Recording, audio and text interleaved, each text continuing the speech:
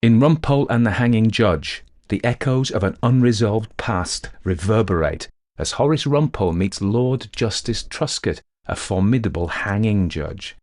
Their paths cross once more, reigniting old tensions and stirring memories of a case that haunts Rumpole deeply. Truscott, now at the twilight of his career, seeks Rumpole's company for lunch, exuding an unsettling confidence that reveals layers of complexity beneath his authoritative exterior. Join me, Tony Walker, on the Classic Detective Stories podcast for John Mortimer's story, Rumpole and the Hanging Judge.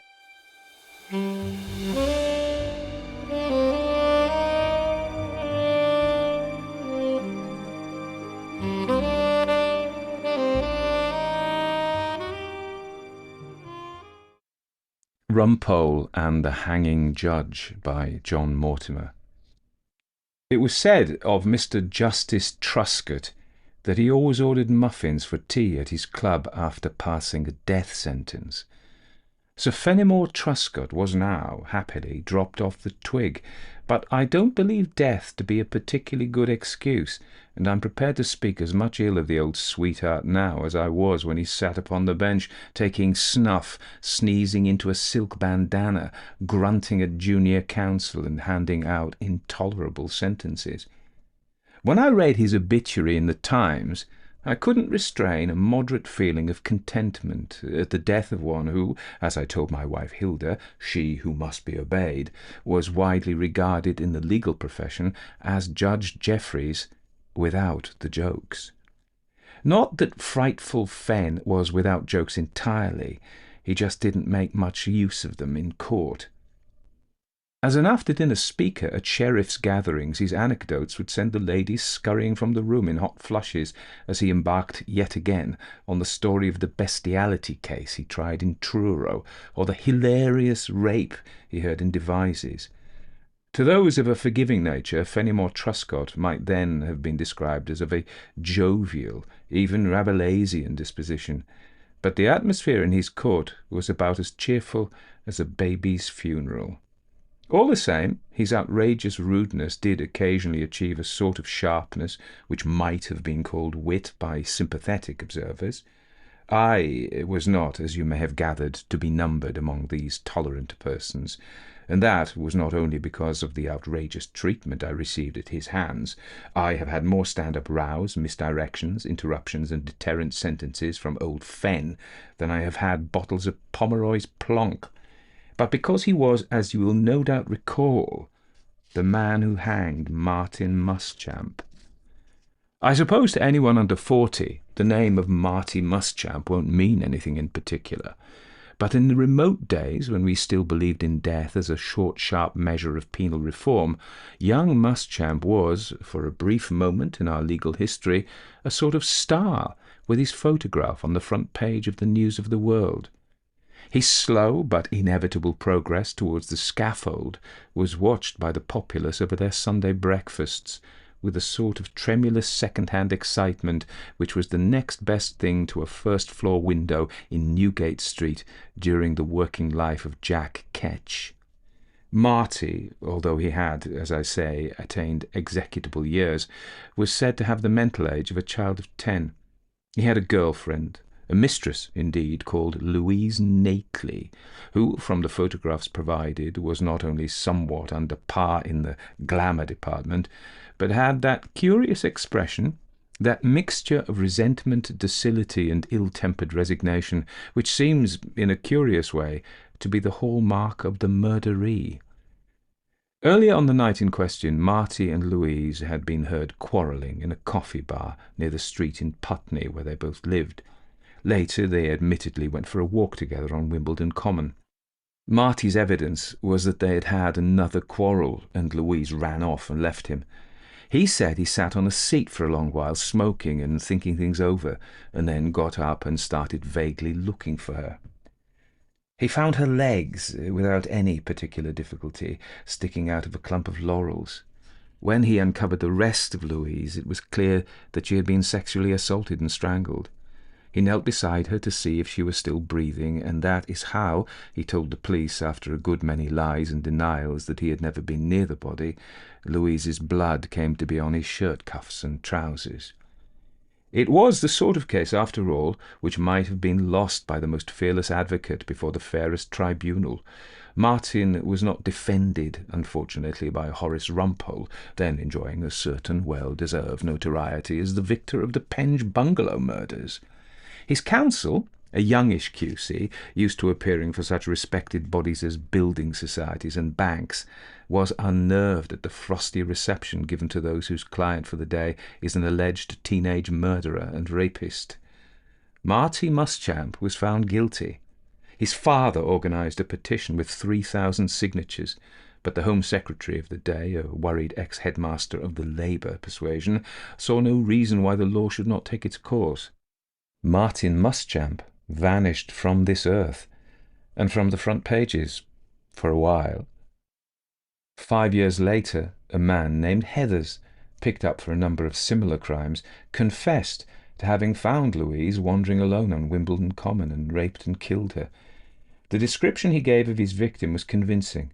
Influential persons wrote letters to the Times, a television film was made on the subject, and there was an inquiry, after which Marty Muschamp, buried within the prison walls, failed to hear the good news that his innocence had been established. The inquiry was at pains to point out that Mr. Justice Truscott had conducted the trial with perfect impartiality on the evidence as it was known to him at the time, and that no blame attached to him whatever. The abolition of the death penalty and the fact that murder trials are now conducted in what old Truscott once described in one of his inimitable after-dinner speeches as a sort of a holiday atmosphere has taken most of the pep out of detective stories. The shadow of 10 years in the nick began to fall across the swarthy face of Quentin Lazzarotti is not the sort of line that appeals greatly to your average lady writer of whodunits. Such authoresses prefer the drama of the noose. It has also meant a huge drop in box office takings and a falling away of audiences which I have noticed at my more recent murder trials. In fact, the case I did at Grimble Assizes, one of the last murders the old hanging darling ever tried in this world, God help us if he is now performing some judicial function on the other side, took place in an almost empty courtroom. There was only one man in the public gallery, but he was a most conscientious attender. He was in his place dead on 10 o'clock each morning, and stayed until Truscott rose at 4:30, when he would stand, bow smartly to the judge, and walk away alone. He was a gaunt, thin-faced man with red hair going grey, and he wore, in spite of the courtroom's oppressive central heating, a frayed overcoat and a checked woolen muffler at all times. He had pale blue eyes, and they were fixed throughout the proceedings on the ageing and frequently scowling face of Mr. Justice Truscott.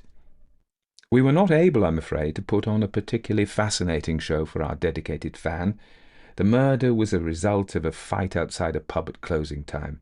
It involved the use of some rather choice language and a broken Guinness bottle, and like the vast majority of killings, was remote from any plot used by a lady writer of whodunits, being more accurately described as a rather dreary case of common assault with disastrous consequences.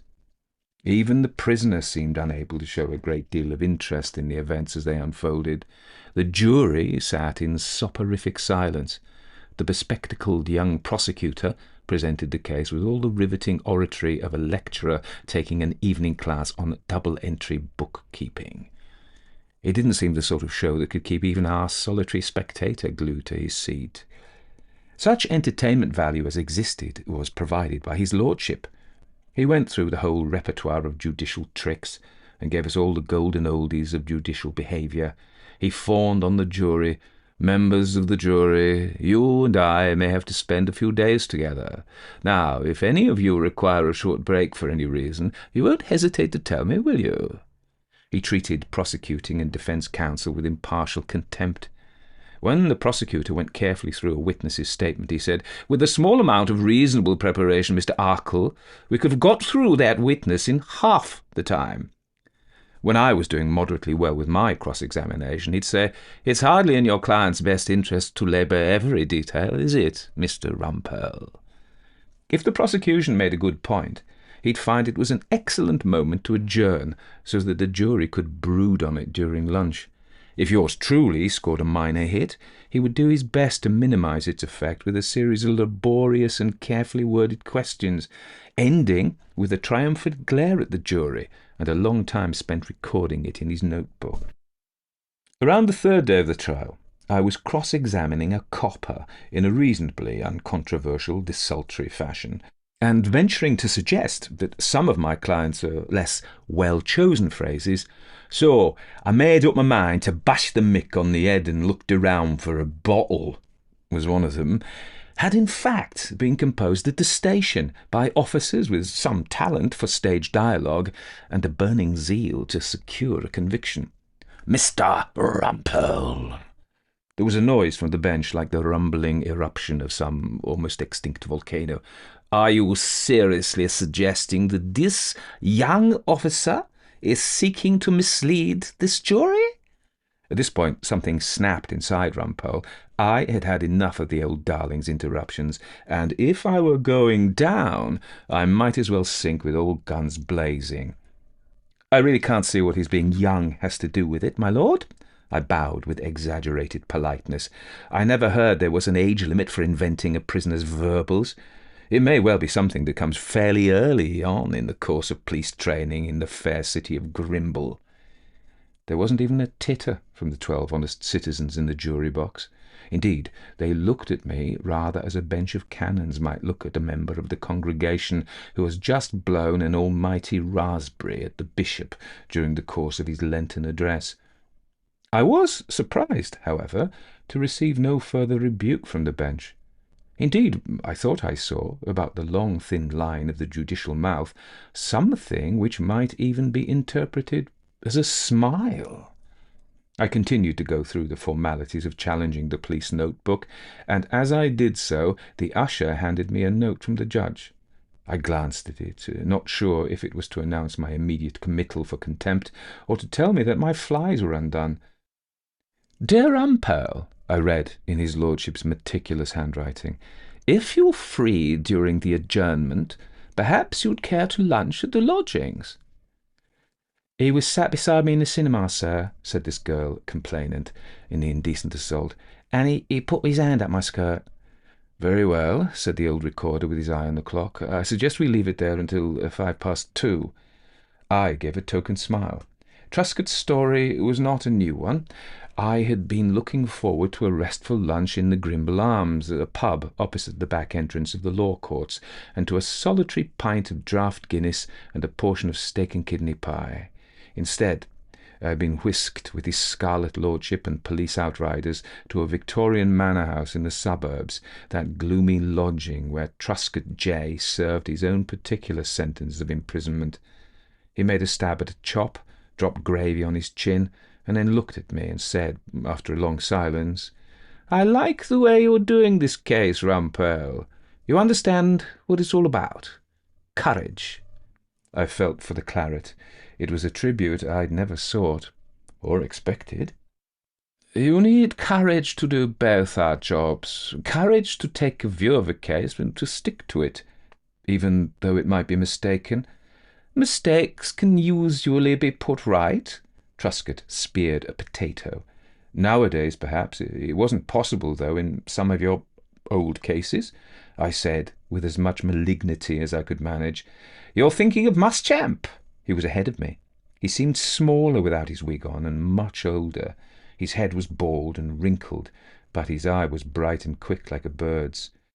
"I'd feel exactly the same about the Muschamp case today. The idea of the girl wandering off and getting killed by someone else. It was an impossible coincidence. Apparently not impossible.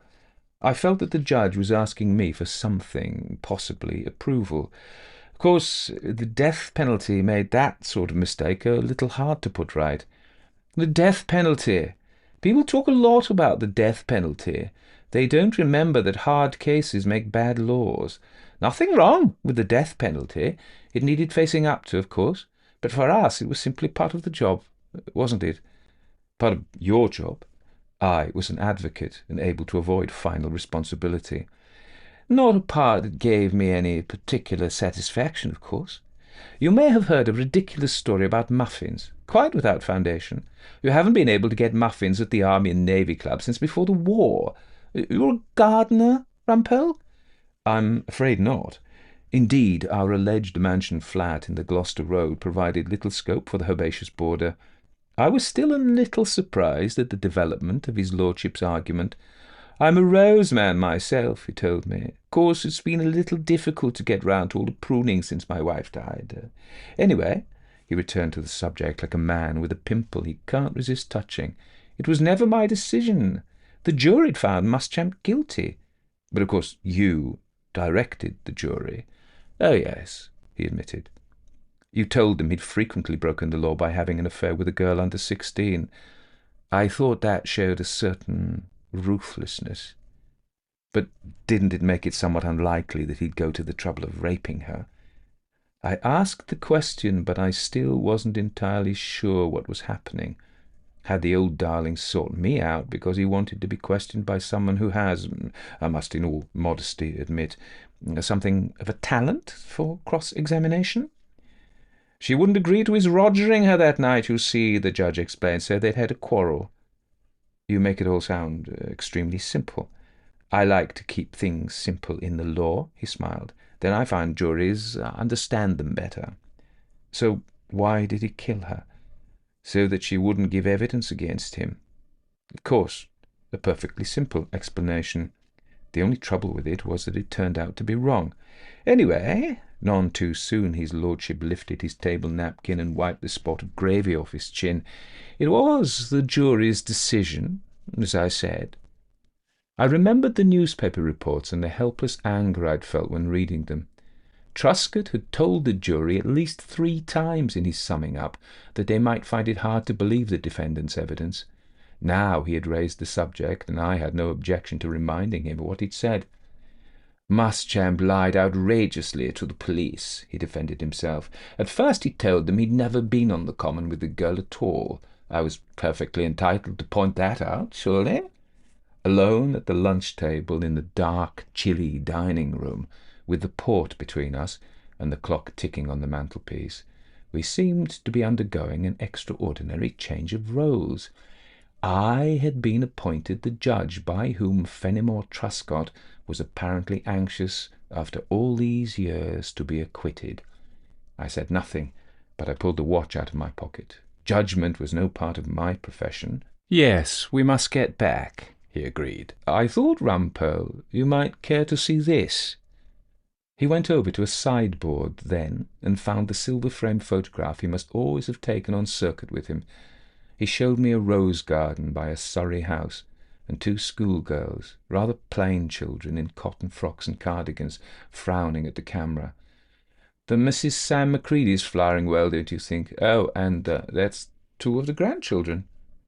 What I was being shown was the evidence in mitigation, the facts that he grew roses and could breed a 3rd generation of female Truscotts with cold eyes and thin, lipless mouths that might any day snap in some irreversible judgment, were apparently to be put to his credit.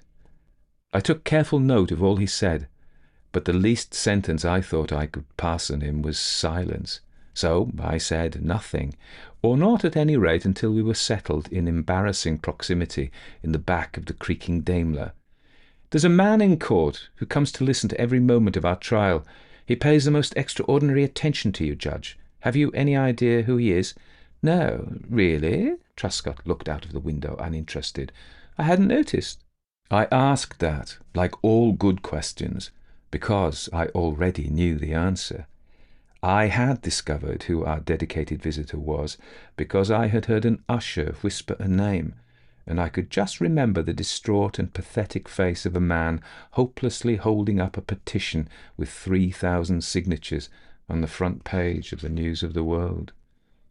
Our devoted spectator was there when we got back to court, and he listened intently while Truscott J., reverting to form, showed no sign whatever of having shared a chop and a glass of claret with me, or having urged his case before me as an unlikely tribunal. I was not greatly disturbed by frightful Fenn that afternoon. He had, to be sure, his own appalling fate, and apparently went on circuit for ever accompanied by an accusing figure, a man haunting him and reminding him in every subsequent case of an old irreversible mistake. The justice of it, I had to admit, pleased me, and in this implacable pursuit I did feel that the judicial crime was in some way absolved. Mr. Justice Truscott was like a hunted man, a criminal on the run, and his elderly wrinkled head shrank into his stiff collar and ermine-trimmed gown like the retracting head of a tortoise. For a moment I felt almost ready to forgive him. There was, of course, a great deal to forgive. The old darling not only interrupted my speech to the jury 3 times, he dozed ostentatiously during the moving bits of my peroration, and when it came to the summing up, he was ever ready with the boot. A great deal of his elegant footwork was done by gesture and tone of voice. Of course, the defendant says, members of the jury, that he was quite unaware of the fact that he had picked up any sort of weapon, and you may even believe him. Hopeless rolling of the eyes towards heaven, and the strong implication that if you believe that, you must be off your chump. Much of the defence case was put with a weary sigh of, "Perhaps you can accept that, members of the jury. It's entirely a matter for you." After they had heard the evidence of that very decent young police officer, you may remember the one with the small moustache, the outcome was no longer in doubt, nor was it delayed for very long. After I had said good-bye to my client, I went to drown the memories of a case which could never be rated among the Rumpole triumphs at the dark and stuffy little bar, with its hissing coal fires and comforting sawdust-covered floor, where I had been denied my usual luncheon. I ordered a large rum and lit up a small cigar, and I was sitting with the golden spirit flooding into my veins and the familiar ash falling gently onto the waistcoat, when our constant audience came into the bar, stood near me, and ordered a half of mild ale. I saw how large his hands were, and that his exposed wrists were red and bony. "You're right, Mr. Muschamp," I said, my tongue a little loosened by a second double. "He's an unmitigated bastard." "Why, sir, who would you be talking about?" The man's voice was so gentle I thought he was making an Irishman's joke. "Why, Mr. Justice Frightful Fenn Truscott, of course. Don't you always watch him in court?" "Sure, I always watch him. He's a fine man, a just man. I like to see him when he's working in London, and as I have a married sister up in Grimble, I take the opportunity to follow him on the assize. I find it a legal education. There's not a judge sitting with a finer sense of fair play. Now, admit it, your man was as guilty as hell now, wasn't he, Mr. Rumpole?" "Maybe he was, but your son, I don't blame him for that, not for 1 minute." Mr. Muschamp had not hesitated, and his voice remained gentle as ever. "You don't?" I choked incredulously on a recently reordered rum. "No, he explained that to me." "He explained?" "Oh, yes, I behaved foolishly once. I got up on his court and I shouted at him about Marty. He had me into his room and he explained that they'd all done their best for my boy and the facts as they knew them. It wasn't the law was at fault, he said, and he only had his job to do. Well, you can't blame the doctor if the patient has an accident at work, can you, Mr. Rumpole?" "Perhaps not, but hard cases make bad laws." "He explained that to me, Mr. Rumpole." And then Mr. Muschamp spoke with a tolerant smile. "I'm in favour of hanging myself. It's what they need, some of these young thugs." "Do you mean to tell me," I emptied my glass before trying to catch the drift of the evidence, "that you haunt old Truscott's court because you have such an enormous admiration for him?" "Oh, yes. It's a pleasure to me to see such a fair man in action. You admire him too, don't you, Mr. Rumpole, if you're honest about it?" "Admire him? No. If I'm honest about it, no." "Ah, come." Mr. Muschamp took a delicate sip from the edge of his beer mug. "I'm sure you do. Otherwise you wouldn't have quarrelled with him so nicely." I went back to the station hotel.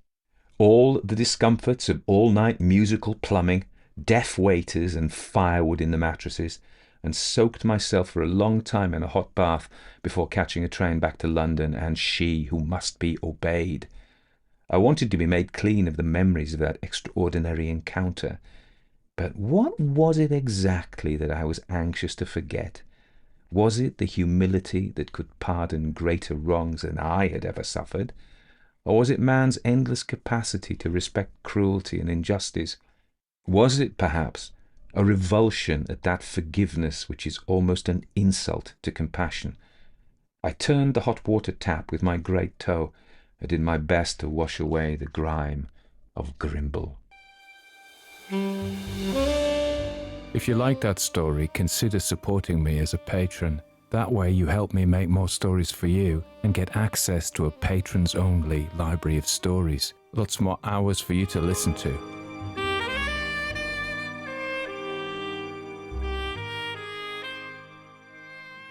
So that was Rumpole and the Hanging Judge by John Mortimer. There's quite a lot to say about it. First of all, I want to apologise for any pleasant bonging you may hear in the background. Sheila's practicing with her singing bowls downstairs. There's also some kind of odd growling as the dogs wrestle each other and play fight. And then the scrapman's not scrapping outside, but there are some crows on the roof, and people seem to be incessantly driving heavy vehicles and loud motorbikes outside the house. So you may ask yourself, why don't you just not record? Well, there is no time that I'm not asleep. This just suits me, so there we are. It won't distract anyway, so let's say something about this story. So this story was published in 1992 and is otherwise uncollected. And if you look, I put a link in the show notes. There's a collection of uncollected, that's a weird thing to say, otherwise uncollected Rumpole stories by a guy, David McKinley, created them. And so this is one of them. It was published in the Television Detectives Omnibus, of which I've got a copy, which I've got in a second-hand shop here, and it's got all sorts of stories in. But otherwise, apparently, this wasn't published. So this came out in 1992. It may even be that this book I've got is worth a fortune, but perhaps it isn't. So let's say the first thing. If there is a copyright issue about this, and the copyright owner isn't just happy that I'm doing this as an homage to the work, then I'll remove it. Just let me know and I'll remove it. Next thing to say is we have left the cozy world of cozy detective fiction, haven't we? You can notice that even though it's not particularly graphic, this story, as opposed to many of the things that we see on our screens and cinema screens and TV screens, it depends how you watch them, really. Your laptop, your tablet, whatever, your phone. I know young people watch films on their phone, but I mean, to me, I can't see them. But they're a mystery to me, young people, really. So, but I'll just let them get on with it. So, yeah, we've left it, haven't we? We have the first mention. This is the second year of the Classic Detective Story podcast. This will be episode 3 of season 2. And this is the first time we've had the crime of rape, which I think is a modern crime. We don't find it in the classic golden oldies. I mean, there may be one or two of them, but I haven't come across them. Mostly they're murders, which in some way seems to be less offensive, which somebody can debate, not me. Or thefts or embezzlements or some kind of fraud, which all seem fairly tame. And then we get this, and when I read it, I thought, oh, will there be some pearl clutching? Will there be some coffee spluttering? But we've got to go with it. And then the next thing was there was a reference to sexual intercourse. Again, we don't get that in the old cozies. So we've moved into a more modern world, but not quite the graphic world of modern crime fiction. Not all crime fiction is as graphic as that. As I said, I had the great privilege of, and I've said this before, I keep boasting about it, of interviewing Peter James, the crime writer, one of the biggest crime writers, certainly British, probably the biggest British crime writer. You can debate that as well. And he said to me that he doesn't do anything graphic. He doesn't do anything, perverse, even though it may attract an audience, which is weird. But I think that leads to the themes of this story, doesn't it? I'm going to talk about John Mortimer's biography in a minute. There's not much to say about the publication details of this story other than what I've said. But and he talks about how people would come to the hanging judge's trials as a form of entertainment. And when there were public, I think it's Jack Ketch, isn't it? He was a famous public executioner. And people would come to watch the public execution. So, this, what we might consider tasteless excitement that's generated by judicial death is not new. It's gone back a long time. People, I don't know, but people talk about the human creature's ability for great goodness and great wickedness, and there's a lot more of the great wickedness is apparent these days. Maybe always was. I mean, I'm not saying there isn't great goodness. It's just the wickedness and the vileness of people is more apparent, it seems to me. Anyway, let's move on from that. Let's talk a little bit about John Mortimer himself. Now, John Mortimer he came from a very privileged background. You maybe not, if you're not British, you won't realise some of the things I'm saying indicate that he came from a privileged background, and that has a bearing on his political views, which is why I mention it. So he was born in 1923 in Hampstead in London. He received his early education at the Dragon School in Oxford, followed by Harrow School, completed his studies at Brasenose College, Oxford, where he pursued a degree in law. So these are all markers of the British elite. Mortimer was raised in Turville, Oxfordshire, which is a beautiful little village with a hill and a windmill on it, and you can walk up to the windmill. If you ever go, there's a pub there called the Dun Bull. Now, my stepfather trained as a jeweller in Marlow in Oxfordshire. Or is it in Berkshire? I think it's in Oxfordshire. No, it's not in Oxfordshire, Marlow. Anyway, somebody's going to, or maybe even Buckinghamshire, because they all come together there. But they used to go drinking in the Dun Bull in Turville. I was last there several years ago, and I walked up the hill and Sheila wouldn't walk up the hill with me, so I took some photos from the top. But it's a beautiful, beautiful village in the Chilterns. Anyway, he was called. So interestingly, his father, he was raised in Turville, and his father was a blind barrister, which significantly influenced Mortimer's own life and writing. During the Second World War, he served in the Royal Air Force in the Crown Film Unit. After his education, after the war was finished, he was called to the bar and became a career as a barrister. So I've said this before when we talk about this. The legal system in England is that there are two kinds of lawyer, if you like. One is the solicitor who prepares and does all the hard work and does all the preparations and the working things out. And then the barrister is the advocate, the showman, almost like an actor, and this comes very much out in Rumpole's stories. So he wrote about what he knew. He was a barrister. Rumpole is a barrister. So the world he's portraying to you is real. It may be exaggerated in parts for comic effect, but I think Mortimer's really insightful anyway. He wrote. Initially, he struggled to establish his legal practice, but found success in divorce law and later in criminal defence.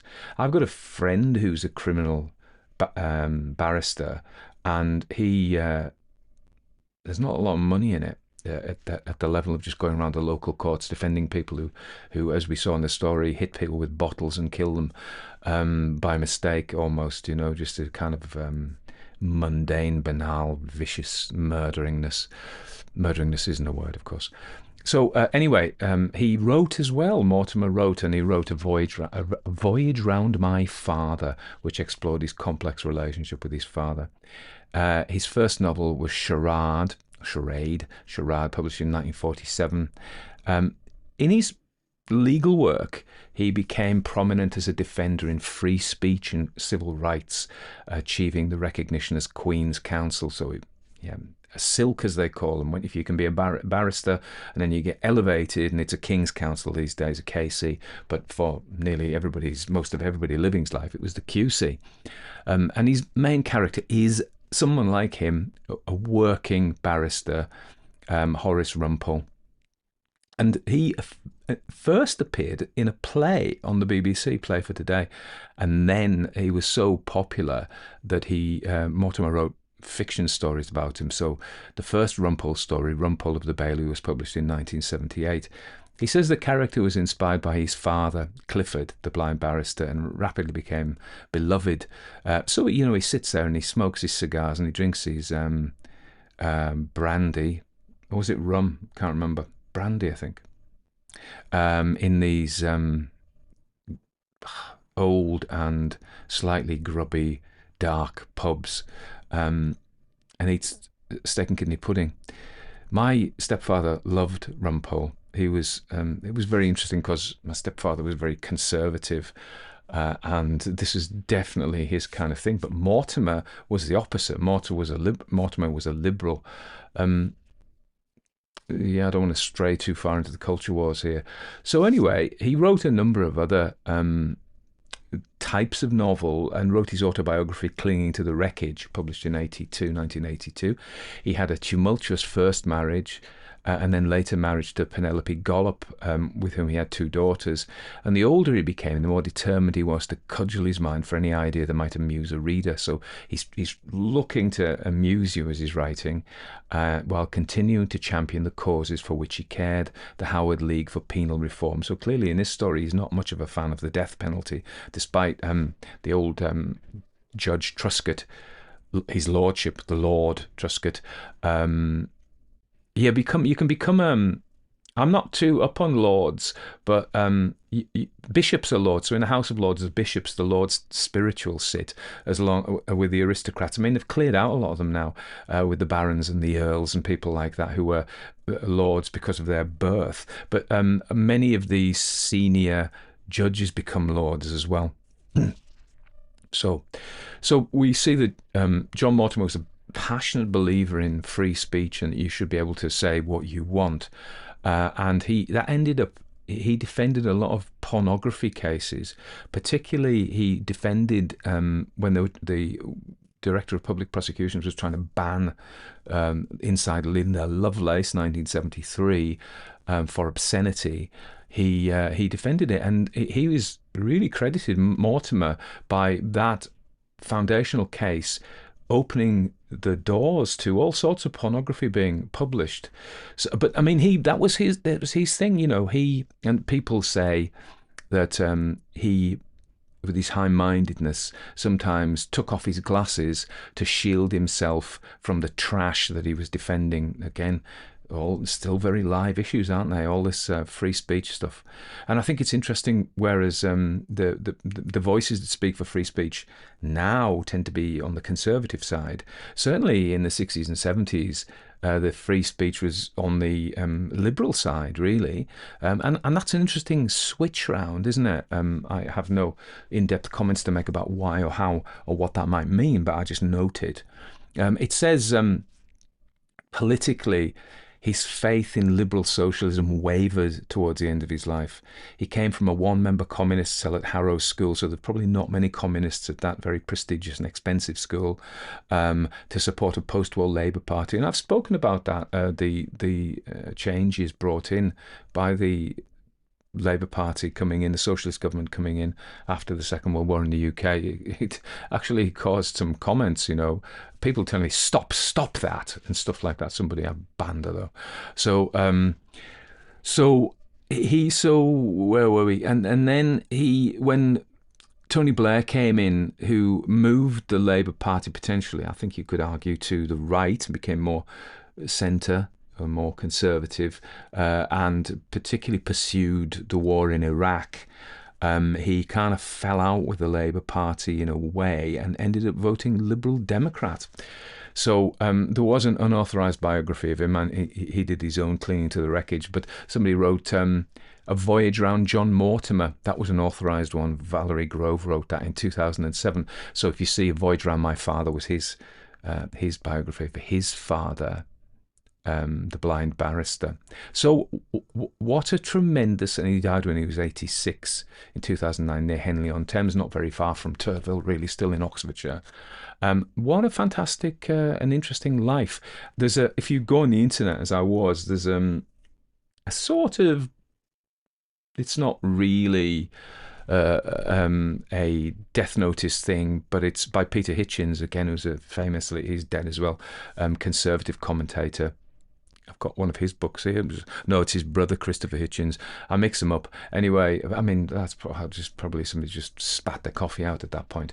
There we are. I'm only human, as you can tell. So, and Hitchens didn't like his politics, didn't like Mortimer's politics, but he did like Rumpole of the Bailey.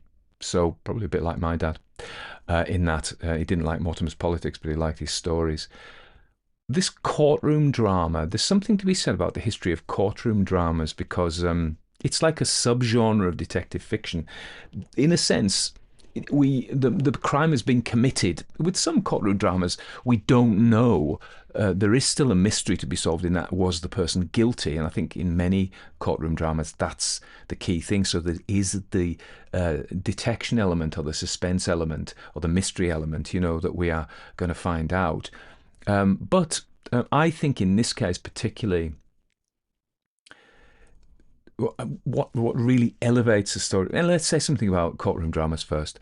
So we have, of course, John Grisham, Scott Turow, notable for crafting complex narratives that highlight the dilemmas faced by individuals entangled in criminal cases.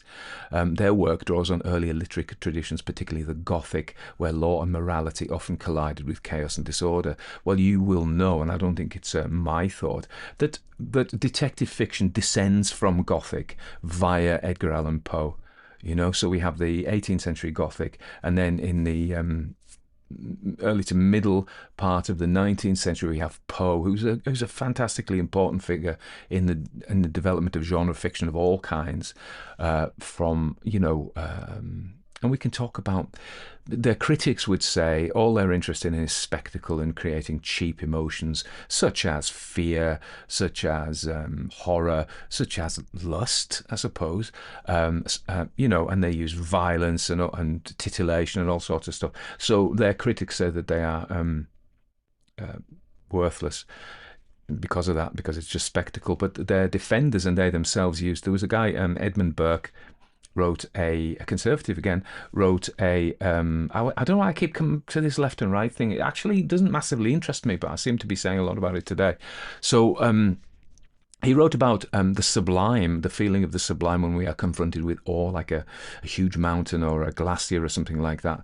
And he talked about, and so the Gothic writers would talk about how they would create this feeling of the sublime, because one of the ways you do it is through horror and shock and assaulting the senses with strong emotions. And so that was their defense. So their critics would say it was worthless, and they themselves said it was to evoke the sublime and sell some books as well.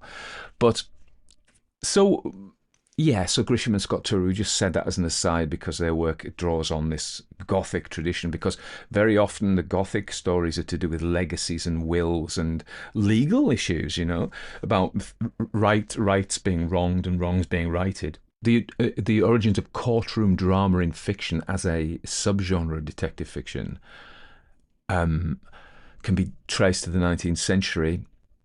Poe has detectives, but the courtroom aspect, there's a French writer called Émile Gaboriau, often regarded as a foundational figure in detective fiction. And of course, Conan Doyle introduced legal themes, such as in The Adventure of the Sussex Vampire, which I've actually done on the Detective channel if you want to go and listen to it. And the courtroom dramas, okay, you can also say historically, they coincide with increasing public interest in the legal system during the 19th and 20th centuries. I think, as we've said about the public executions, the public's always been interested in the spectacle of the legal system. They might not be interested in the minutiae of environmental arguments back and forward, or they are interested in divorce cases if there's a bit of violence in them, and if there's a bit of muck, really.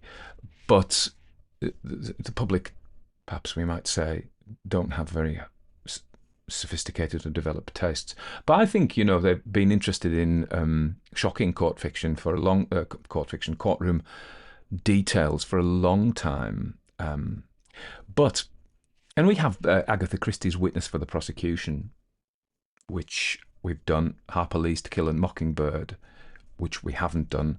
And so why I think this is interesting, why I wanted to do this story, for two reasons. I mean, three reasons. One, it's a good story. It's really well written. Second, it is a different kind. It's a more modern kind of story than we've done. Thirdly, it's the first courtroom. I mean, there have been stories which you've mentioned courtrooms in them before, but this is the first courtroom story per se that we've done. And I think when, I've talked about the critiques of Gothic and genre fiction, its children, the children of the Gothic, crime, horror, porn, they are the children of Gothic fiction, those genres. And they've been criticised for spectacle. And literary fiction talks about important issues, moralities, more thoughtful things.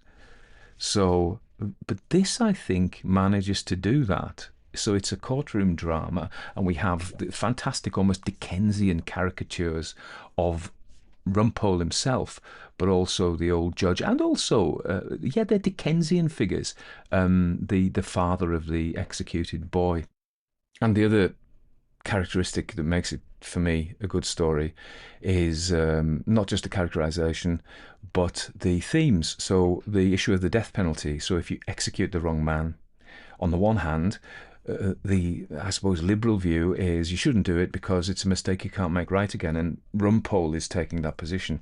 But the judge, and interestingly, the executed boy's father. Now, you could say as a sub-thought that he's been overwhelmed by the judge, who's his intellectual superior, and he's been, and also a great rhetorician, we suppose, to become a judge. So a great commander of the English language. So he's persuaded him with his power of his intellect and speech that, yeah, it was okay. I know it was your son, but, hard cases make bad laws or something, which I actually don't understand. I've said it 3 times, but I don't know what it means. Somebody will tell me. So, yeah, so Rumpole has this liberal view, no, you shouldn't do it because you can't make it right. And the judge is almost like a more fatalistic thing, which looks at the process rather than the individual, I think, which says, this execution of this guy is that the law is upheld is important for society, even if it leads to the occasional injustice. Now, and that is typically a conservative view. And I think what happens, this is controversial, you see the Abu Ghraib prison thing, and there was a view that those crimes were justified. And I think also with the Bloody Sunday shooting of the Irish citizens, people walking back. Okay, I think we're in a protest, but by the paratroopers. That there is two views. One is it's a terrible thing, and the other is that it was justified by the situation. Even if those individuals were innocent, and I think that's the key point. Even if the individuals are innocent, the system requires lessons to be taught in order to keep things on the rails. And again, I'm not taking a position either way. I'm just saying that's an interesting thought that's brought up by this. And also the issue of the other related concept is the issue of the old man coming to the end of his career, and he's been a total bastard, as they say. Oh, Rumpole thinks so anyway. And he is seeking some kind of absolution from his enemy, Rumpole. He is wanting to be forgiven. And what's really interesting is, because he's a lawyer, there are the facts and whether the crime was done or not, and then the issues offered in mitigation. And so the old man, who still defends this wrongful execution, i.e. it was wrong because the guy didn't do it, but not wrong in his eyes because it supported the system. You see what I'm saying? So the system was more important than the fate of the individual. I think I'm labouring that point. But then you give things in mitigation. Yeah, he did murder somebody, but he's kind to his mum, and he's got a cat. He looks after this cat, and he helps the poor. And this guy shows you his. It's like a Blake Snyder save the cat moment, where Blake Snyder's screenwriter always says, to make somebody lovable, a character lovable, get him to do something nice, like save a cat, and then the audience love him. And so this is offered in mitigation like that. So the judge has wonderful roses. He cares about roses. He can care about something. We may say that's just kind of caring about what colour your bedroom's painted, because I'm not sure that we afford roses the same privileges as we do a cat or a dog. We think in some way they perhaps are not as valuable, their lives are not as valuable as those of a creature that's more like us. And of course, that's an interesting thing as well. Creatures that are more similar to us get more value. So we tend to prefer mammals. We tend to prefer mammals we know that are close to us on cute mammals. And we're not so keen about slugs and worms and things like that. Or we like roses of all flowers. We give them a bit more privilege than we do knapweed. But they're not as valuable as a cat. Yeah, you get me? So you get me, man. So there we are.